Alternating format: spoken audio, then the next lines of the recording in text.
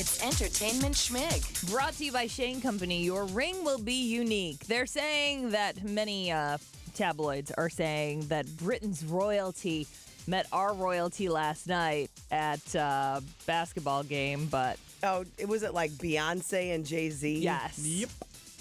Whatevs. Prince William and Duchess Kate at the game. They are touring New York City. They're doing a quick 3-day jaunt.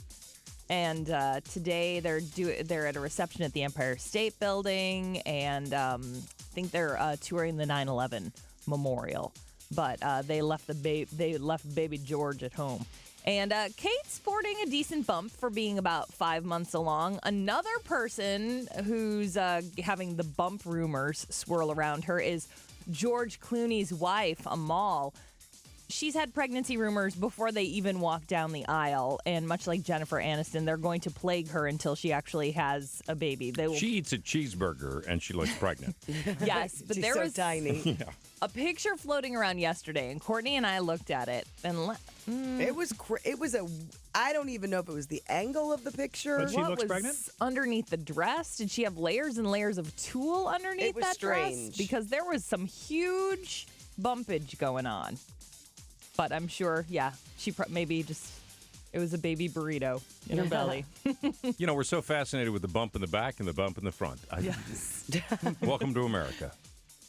Jimmy Fallon welcomed his second baby Francis, last week. And last night was his first Tonight Show since the birth of his baby. Guys, if you haven't heard, I had a great weekend, exciting times here at the Tonight Show. Last week, my wife, Nancy, and I welcomed our second child.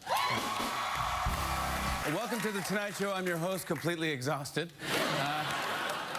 That's right, we just welcomed our second child, which explains why our show will now be called Early Evenings starring Jimmy Fallon. It's around 8:30 until he passes out around 8:45.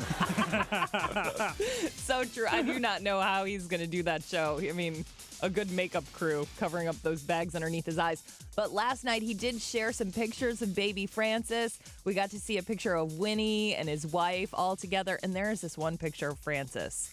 These wide eyes. Oh, so cute. You can see the pictures online at y98.com. Do you want another baby? Just to hold for like 5 minutes. I don't. You're going to say just with Jimmy Fallon.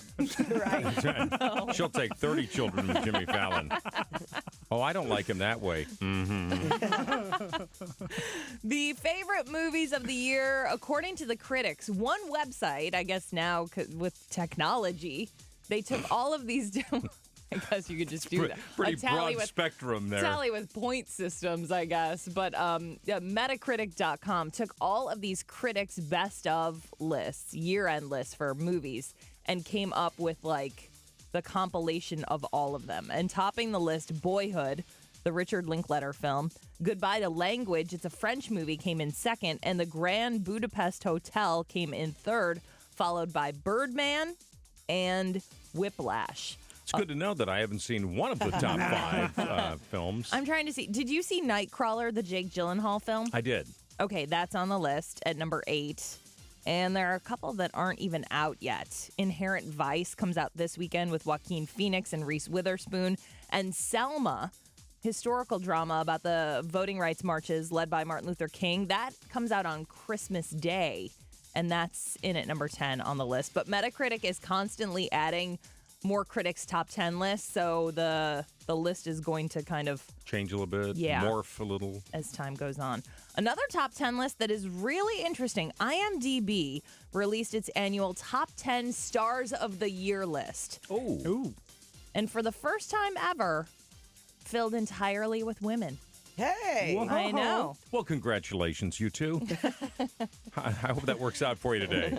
Take that information to lunch with you, maybe get a free beverage. I think that's why I short-circuited the board. We're so powerful You now. are. Kevin. Watch out. All right, well, you give us some of the names. Shailene Woodley comes in at number 1, of course, Divergent and The Fault in Our Stars. Jennifer Lawrence, number 2. And Margot Robbie, she was in The Wolf of Wall Street, new Tarzan movie, and she plays Harley Quinn in DC Comics' Suicide Squad. Yeah. She's of hot. Sorry. Very attractive. Continue. You okay there? Yes, I am. You need a minute? Amelia Clarke from Game of Thrones in next year's Terminator movie comes in at number 4. And Scarlett Johansson. She just gets an automatic slot on Right, the what list has she every year, done? no matter what. Marble columns.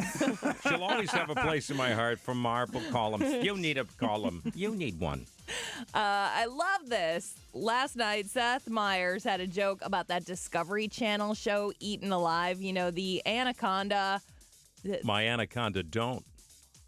Well, here you go. Viewers are upset after Discovery Channel's Eaten Alive special did not follow through on its promise to show a man get swallowed whole by an anaconda.